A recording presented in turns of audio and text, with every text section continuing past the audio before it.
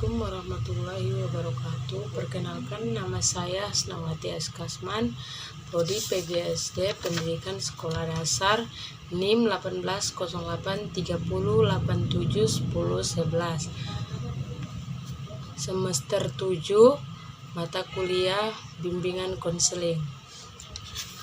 Baik, yang pertama, makna dari bimbingan konseling. Bimbingan konseling itu sendiri adalah bimbingan mengenai suatu masalah dari siswa yang ada baik dalam kelas maupun lingkungan sekolah. Pertama, tujuan bimbingan konseling. Tujuan bimbingan konseling sendiri adalah untuk membantu siswa mencapai tugas-tugasnya perkembangan secara optimal sebagai makhluk Tuhan sosial dan pribadi.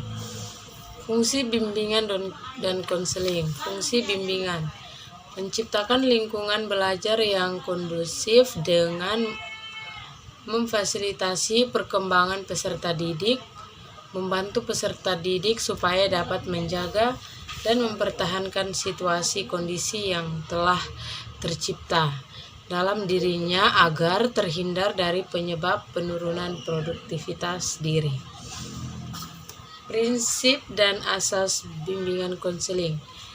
Prinsip yang berasal dari kata prinsip tersendiri itu berasal dari kata prinsipra yang artinya perumusan dengan suatu cara tertentu, melahirkan hal-hal lain yang berkeberadaannya tergantung dari pemula itu. Prinsip ini merupakan hasil perpaduan antara kajian teori dan teori lapangan. Baik, di sini saya ambil satu prinsip saja, prinsip dari bimbingan konseling. Yang pertama, bimbingan konseling harus berurusan dengan pribadi dan tingkah laku individu yang unik dan dinamis. Contoh unik dan dinamis yaitu unik misalnya seorang siswa jarang masuk sekolah dan sering bolos-bolos, tapi pada saat materi dia bisa mengisi atau menjawab sebuah pertanyaan dari guru-guru tertentu. Sedangkan asas sendiri berarti dasar. Dasar sendiri adalah suatu yang menjadi tumpuan berpikir atau berpendapat. Dasarnya bisa dari cita-cita dan hukum dasar. Jadi prinsip dan asas bimbingan konseling itu merupakan ketentuan yang harus diterapkan dalam penyelenggaraan pelayanan bimbingan dan konseling. Alasan pentingnya bimbingan konseling yaitu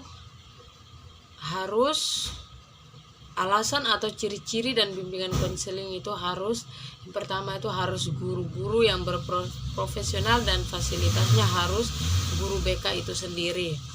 Dan yang kedua, kita jalankan semua program-program bimbingan konseling. Guru bimbingan konseling itu mempunyai 3 program tersendiri. Yang pertama, program tahunan, program semester, dan program bulanan. Baik, sekian penjelasan dari saya. Di sini penjelasan saya, kurang dan lebihnya saya minta maaf. Wassalamualaikum warahmatullahi wabarakatuh.